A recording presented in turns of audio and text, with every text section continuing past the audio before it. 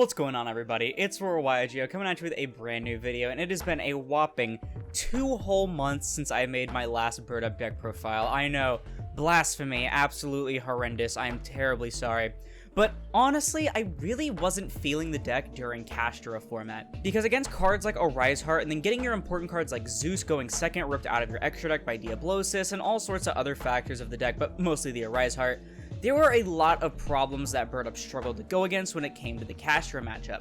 However, Castra is even more prone to going on Arise Heart pass and cannot get that new Arise Heart back, meaning that it's significantly easier to play against that matchup, as well as the sheer Wild West of a format that we have right now. You can play just about anything and get away with it, and that's a format in which Bird Up thrives in, because cards like Zeus and just being able to generically go past Towers monsters to make it, swinging with the Recital Starling in order to get game, etc, etc, all these different options and the versatility that the extra deck toolbox has, there is a lot that Bird Up can go against, especially in a rogue / tier 2-ish format. And so I've decided to return to the deck, at least for a little bit, though I am going back and forth between this and Branded, or I'm going to try to, because it's just so much fun. And I'll admit I haven't been doing the hottest with it, but to be fair, that's less because it's a bad deck and more so because I keep unintentionally throwing my games. I even managed to come up with a new combo, or at least rediscover an old combo. I'm not too sure, I don't remember if I've done it before or showcased it before, but it actually has follow-up while going for Ensemble, which I think is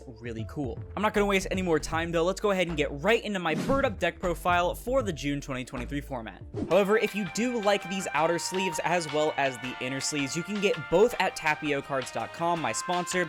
Be sure to use code AURORA5 for 5% off at checkout and to support me financially, while getting some awesome TCG merchandise in the process. Starting off, as always, with the Lyrilusc package, we have 3 copies of Lyrilusc Turquoise Warbler, 3 copies of Lyrilusc Cobalt Sparrow, 2 copies of Lyrilusc Celestine Wagtail, 2 copies of Lyrilusc Sapphire Swallow, and 2 copies of Lyrilusc Beryl Canary. So those that have seen my last Bird Up deck profile from roughly April, I actually cut Beryl Canary down to 1 at the time, because Beryl Canary is absolutely terrible against Castra. Like, not only is your entire Tri-Brigade package turned off against Arise Heart, you're not going to be touching your graveyard with Beryl Canary either, meaning that you only really wanted it for any combos or for making a Zeus play, rather than actually wanting to see it actively in your hand. However, with Arise Heart at 1, meaning you can out it much more comfortably, as well as other factors like the sheer amount of decks you'll be going up against that isn't just Castra, I think Beryl Canary, especially now that we're playing the Ensemble again, is a really nice card to have at 2 again. Other than that though, there isn't too much to say here because it is just the same Lyrilusc ratio as I usually have, because I do enjoy having a larger Lyrilusc ratio. Onto the Tri-Brigades, not too much to talk about here either. It's just 3 copies of Fractal, 3 copies of Nerval, 1 copy of Kit, and 1 copy of Karis. Again, just plain old noodle soup. I haven't really changed anything here since like tier format because of these Shizu cards. Like, everything here is perfectly fine, and it's the quote-unquote bare minimum that you want to play even against Castra, because even though your Tri-Brigades are dead, you still want to play them in your main, obviously, and there isn't too much I'd change here either. Now here's where the deck gets interesting though, because while I'm not playing Board Breaker Bird Up, like the pure going second build, which I actually really enjoyed, and I might try it again sometime soon because it was so much fun and actually really good, I am still playing 3 copies of Lava Golem in the main. I think Lava Golem is by far the best tribute board breaker for Bird Up, and that's for a few reasons. For one, you don't need your normal summon unless you're going for your Tri-Brigade plays, which you can use Karis for easily, and you can literally just use your Lyrilusc and get the Lava Golem onto the board without having to sweat. But speaking of your Lyrilusc, the biggest thing about Lava Golem is that this is a massive, easy target to either win or draw the game with Recital Starling.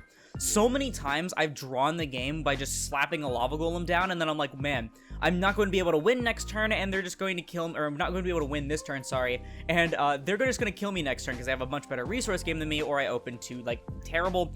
And so if you open any sort of Lyrilusc combo, including a improvised one, you can literally go double Recital, crash into the Lava Golem after juicing it up to 4,200, and then just get a free game there. To be fair, it is a draw and not a win, but it's not a loss either, which can be really good if you'd rather draw the entire match after, like, if it's in game 3 or something like that, or if you just want a better record record overall there. But you can also use it for just regular OTKs. If you open a regular Lyrilusc combo, not an improvised one, you can go for an Assembled Nightingale on top of both Recital Starlings, meaning you can attack with the Assembled first just in case, use the effect in the battle phase, and then crash with both Recitals to swing for game. And even if you don't get game, for example, maybe one of your Recitals gets hit by an Ogre or something like that, during the standby, the Lava Golem's burn will take care of that for you, and there's just a bunch of factors as to why I think Lava Golem is the perfect card for Lyrilusc. I don't really like Kurikara in this deck, mainly because it takes up your main Monster Zone slots, and that's really important for Turquoise Warbler, because while Kurikara is a free level 1, Turquoise Warbler is a really important card, and if you put a monster in your main Monster Zone, even as powerful level 1 as Kurikara, it's still going to turn it off, and so you're going to lose a lot of combo potential. As I mentioned, I'm not playing Board Breaker Bird Up anymore, and so I did go back over to Hand Traps, and I'm playing 3 copies of Ash Blossom and Joyous Spring, 1 copy of DD Crow, and 3 copies of Infinite Impermanence. So I was on 3 DD Crow for the longest time, and I usually include DD Crow with like the miscellaneous Beast, Warrior, and Wing Beast, but there really isn't any, so I'm just going to include it with the Hand Traps. I was playing 3 of this, and then I bumped it down to 2, and now I'm just playing the 1, though I might put it back up to 2. DD Crow is part of the main combo, the new combo I came up with, but it's not like the most amazing card, though now that the format has gotten really warped, and there are a lot of random decks, you know, Drytron as a random example, that really want their graveyard resources to stay in the graveyard. It's also really good against like Vanquish Soul and stuff like that. I think I might bump it back up to 2. I'm not sure if I want to go back to 3 though. I'm already at 41 cards, which is like a bit iffy. But other than that, Ash and Imperm are probably some of the strongest hand traps you can main right now, especially with decks like Branded still running around. Onto the spells. As always, we have 3 copies of Bird Call and 3 copies of Fire Formation Tenki.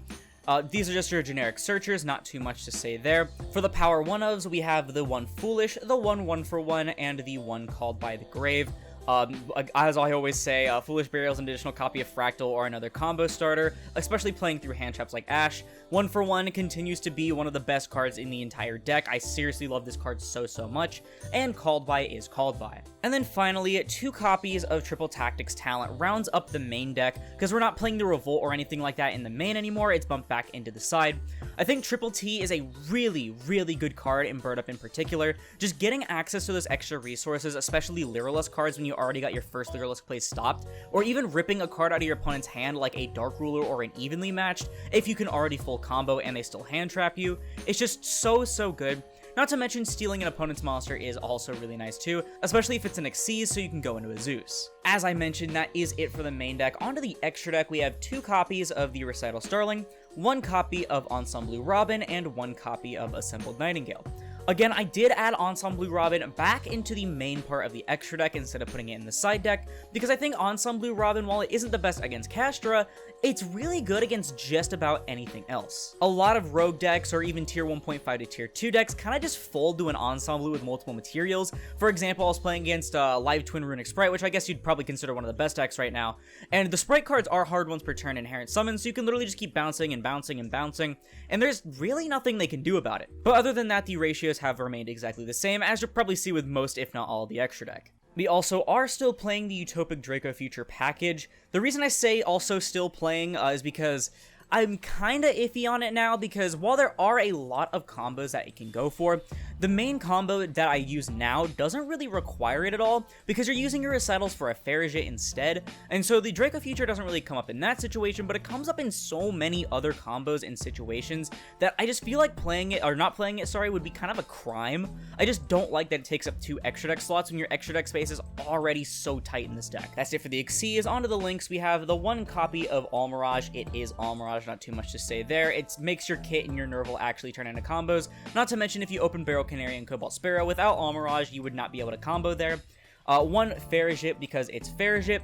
1 Bearbrum because even though the Revolt is in the side, Bearbrum fuels a lot of combos, even as just Apo fodder, and just getting back something like a Nerval from your Banish pile for an additional link too. So good. We also have 1 Double Dragon Lords because it's Double Dragon Lords, one of the better disruptions in your extra deck. I put the Hearst Velger back into the main here. I think I put it in the side deck for a little while in Castro format when I had the Arclight in here. I'm not quite sure, but this card's really important for going for Access Code, which a lot of people just kind of can't do anything about right now. We're playing the 1 Shurag with the second one in the side deck for the Revolt.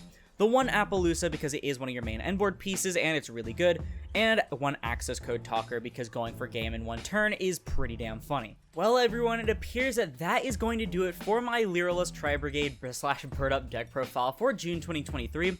I know I've mentioned this one combo like over and over again, and you're probably sitting there like, Aurora, what's the combo? You're gonna show us the combo? But I've decided that instead, if this video hits 50 likes, I will make a separate combo video so that I can show off some of the combos that people might not have seen from my Bird Up breakdown, which does have 10 combos and features and a guide to the entire deck in a 2-hour-long video. It's the length of a Marvel movie, y'all, which, while a little bit old, still completely holds up and will teach you more about the deck than you'll possibly ever need from anywhere else. So be sure to check that out if you haven't already, by the way. So yeah, 50 likes and I will make a separate combo video. The first combo I'll show will be the new combo that I've been using. Again, I don't know if I've shown it anywhere online before because I don't really remember doing something like it, or if someone else already came up with it, I mean, good for them. But with all that being said, let me know down in the comments below, are you playing Bird Up this format? Because that's going to do it for the video. If you like it, please sure to leave a like, as I'll split this video and the channel into recommended.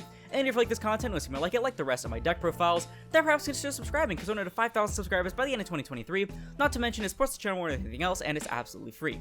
Speaking of supporting me though, if you want to support me while also getting some awesome TCG merchandise in the process, again, check out TapioCards in the link down below, use code Aurora5 at checkout for 5% off and to support me financially. Once again, thank you all so much for watching, and I'll see you in the next one. It is Aurora, signing off.